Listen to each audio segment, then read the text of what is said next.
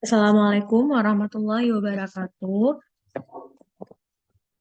Saya bernama Tiara Haryanti. Di sini saya akan mempresentasikan hasil kerja saya tentang mode pembelajaran IPS SD, yaitu tentang pada tahap mode pembelajaran Problem Based Learning atau PBL singkatannya, ya. Nah,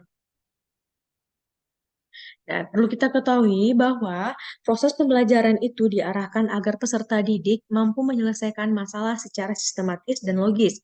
Model pembelajaran ini dapat terjadi jika guru dapat menciptakan lingkungan kelas yang terbuka dan jujur. Karena kelas itu sendiri merupakan tempat bertukaran ide-ide peserta didik dalam menggapai berbagai masalahnya. Nah, perlu kita ketahui juga bahwa model pembelajaran ini berbasis masalah, yaitu kita harus mengambil psikologis kognitif sebagai dukungan teoritisnya. Nah, kita perlu fokus pembelajaran pada model ini yaitu agar bisa kita menekankan pada apa yang peserta didik pikirkan selama mereka terlibat dalam proses pembelajarannya, bukan pada apa yang mereka kerjakan pada proses pembelajarannya. Dalam artian, proses pembelajaran based learning ini, uh, problem based learning ini, itu diarahkan kepada peserta didik dalam menyelesaikan masalah mereka saat mereka itu memulai proses pembelajarannya. Nah, lalu di sini kita lihat selanjutnya, slide selanjutnya, yaitu bahwa model pembelajaran berbasis masalah atau dalam kata bahasa Inggrisnya itu problem based learning atau disingkat dengan PBL. Nah, dalam pembelajaran ini, PBL itu ialah pembelajaran yang menjadikan masalah sebagai dasar atau basis bagi siswa untuk belajar. Ini menurut Dutch et al. Pada tahun 2000. Nah, eh, yaitu ia menyatakan bahwa prinsip dasar yang mendukung konsep dari PBL itu sudah ada lebih dulu dari pendidikan formal itu sendiri, yaitu bahwa pembelajaran ini dimulai dengan mengajukan masalah, pertanyaan, atau teka-teki yang menjadikan siswa itu sambil belajar itu ingin menyelesaikannya gitu kan. Dalam kata artian, dalam materi itu misalkan ada sebuah pokok permasalahannya gitu kan. Eh, Siswa kan itu kan akan berpikir. Nah, disitulah untuk saat masalah itu timbul, disitulah kita akan menyelesaikannya gitu. Nah, dalam pendekatan berbasis masalah ini, masalah yang nyata dan kompleks memotivasi siswa untuk mengidentifikasi dan meneliti konsep dan prinsip yang mereka perlu ketahui untuk berkembang melalui masalah tersebut. Nah, selanjutnya ada karakteristik model PBL, di mana karakteristik model PBL ini atau karakteristik model problem based learning, yaitu yang pertama ada masalah menjadi titik awal pembelajaran. Mengapa bisa dibilang masalah menjadi titik awal pembelajaran? Karena kita perlu ketahui bahwa model PBL itu ialah model berbasis masalah. Maka karena proses model ini berbasis masalah, oleh karena itu masalah masalah itulah yang menjadi titik awal dari proses pembelajaran ini, begitu ya.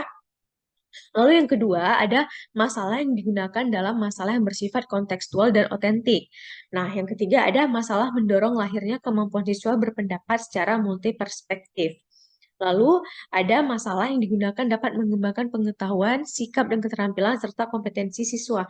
Di mana saat masalah ini muncul dalam proses pembelajaran, itu kan dapat mengembangkan pengetahuan, sikap dan keterampilan peserta didik atau siswa ya. Misalnya kan kayak seperti mereka itu saat muncul masalah dalam proses pembelajaran ini, mereka kan menimbulkan rasa ingin tahu atau rasa penasaran ya, rasa penasaran atau rasa ingin tahu, dan mereka itu kan dengan munculnya rasa ingin tahu itu, itulah dapat mengembangkan pengetahuan, sikap, dan keterampilan serta kompetensi seorang siswa atau peserta didik. Selanjutnya ada model PBL. Model PBL ini berorientasi pada pengembangan belajar mandiri. Lalu ada model PBL ini memanfaatkan berbagai sumber belajar. Misalnya seperti ini, dalam model PBL ini, karakteristiknya itu memanfaatkan berbagai sumber belajar. Misalkan dalam materi pembelajaran ini, materi pembelajaran ini terdapat suatu proses, itu ada masalah dalam proses pembelajaran ini ya. Nah, lalu supaya bagaimana cara menyelesaikannya? Ya, kita itu perlu memanfaatkan sumber belajar berbagai dari manapun, misalkan entah itu dari buku, dari internet, atau dari web, atau dari jurnal, dan sebagainya gitu ya. Nah, lalu model PBL ini dilakukan melalui pembelajaran yang menekankan aktivitas kolaboratif, komunikatif, dan kooperatif.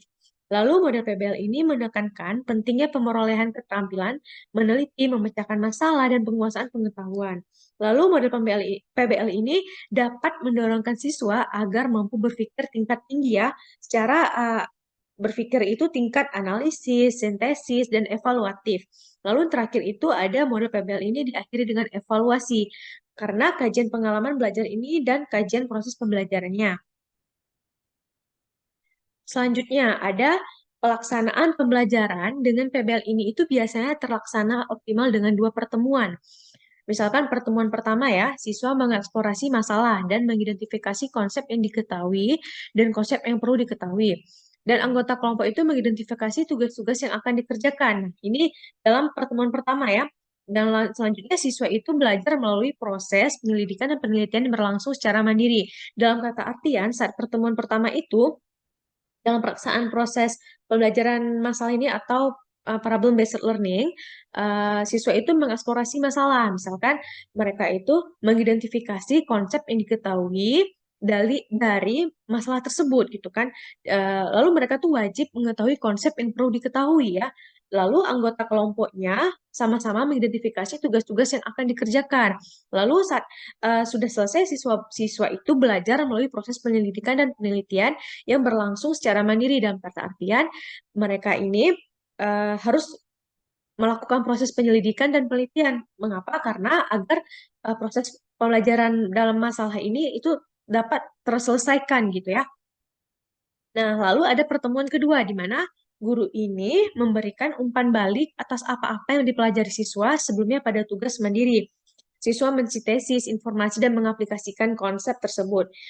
Lalu kegiatan terakhir adalah mereview konsep pengetahuan yang diperoleh siswa. Dengan melaksanakan proses, itu diharapkan dapat membantu siswa dalam mengonstruksikan pengetahuannya sendiri. Nah, lalu di sini ada kita bahas tentang kelebihan dan kelemahan suatu dari model problem based learning atau model pembelajaran berbasis masalah ya. Maka di sini kelebihan model PBL ini dapat diperjelas bahwa PBL ini itu sangat baik ya untuk mengembangkan rasa percaya diri siswa yang tinggi dan mampu belajar secara mandiri sehingga peneliti ini menggunakan model ini dalam proses kegiatan belajar mengajar atau KBM. Nah, dalam kata artian itu, mengapa kita bilang sangat baik kelebihannya dalam pembelajaran model ini, yaitu karena eh, dengan model ini kita itu dapat meningkatkan rasa percaya diri siswa. Mengapa? Karena seperti saat mereka rasa ingin tahunya itu tinggi dari bagaimana ya cara menyelesaikan masalah dalam proses pembelajaran ini. Nah, disitulah saatnya meningkatkan dan mengembangkan rasa percaya diri seorang siswa ya. Nah, lalu model PBL pun dapat menantang kemampuan siswa serta memberikan kepuasan untuk menemukan pengetahuan baru. Seperti misalkan saat ada masalah dalam proses pembelajaran ini, bagaimana ya cara menyelesaikannya, misalnya seperti itu kan. Nah, pengetahuan baru bagi siswa dan membantu siswa untuk mengembangkan pengetahuan barunya serta bertanggung jawab. Lalu ada kelemahan. Di sini kelemahannya apa ya? Itu dapat dinyatakan manakala siswa itu tidak memiliki minat atau tidak mempunyai kepercayaan bahwa masalah yang dipelajari itu sulit untuk dipecahkan. Itu kelemahan misalnya seperti ini. Ya, tidak semua siswa memiliki pengetahuan atau kecerdasannya yang sama ya gitu ya. Dalam kata artian itu seperti tidak mempunyai kepercayaan bahwa masalah yang dipelajari itu sulit untuk dipecahkan. Dia tuh nggak percaya diri untuk bisa menyelesaikan masalah tersebut gitu ya. Maka mereka akan merasa enggan untuk mencobanya. Dan jika siswa kurang memahami materi, maka siswa akan sulit untuk memecahkan masalah tersebut. Atau saat misalkan kita ini belajar ya, kita kita tidak perhatikan, maka kita juga sulit memecahkan masalah yang kita hadapi pada proses pembelajaran ini gitu ya. Nah, jika siswa tidak memiliki kepercayaan bahwa masalah yang diberikan itu sulit, maka siswa akan merasa enggan dalam memecahkan masalahnya tersebut. Dan model PBL ini membutuhkan waktu lama untuk mempersiapkan masalahnya gitu ya. Baik, sekian dari penjelasan pemapar dari yang saya paparkan materi saya tentang model pembelajaran problem based learning atau disingkat dengan PBL. Mohon maaf jika ada kurang atau salah dalam penjelasan ini. Saya akhiri. Assalamualaikum warahmatullahi wabarakatuh.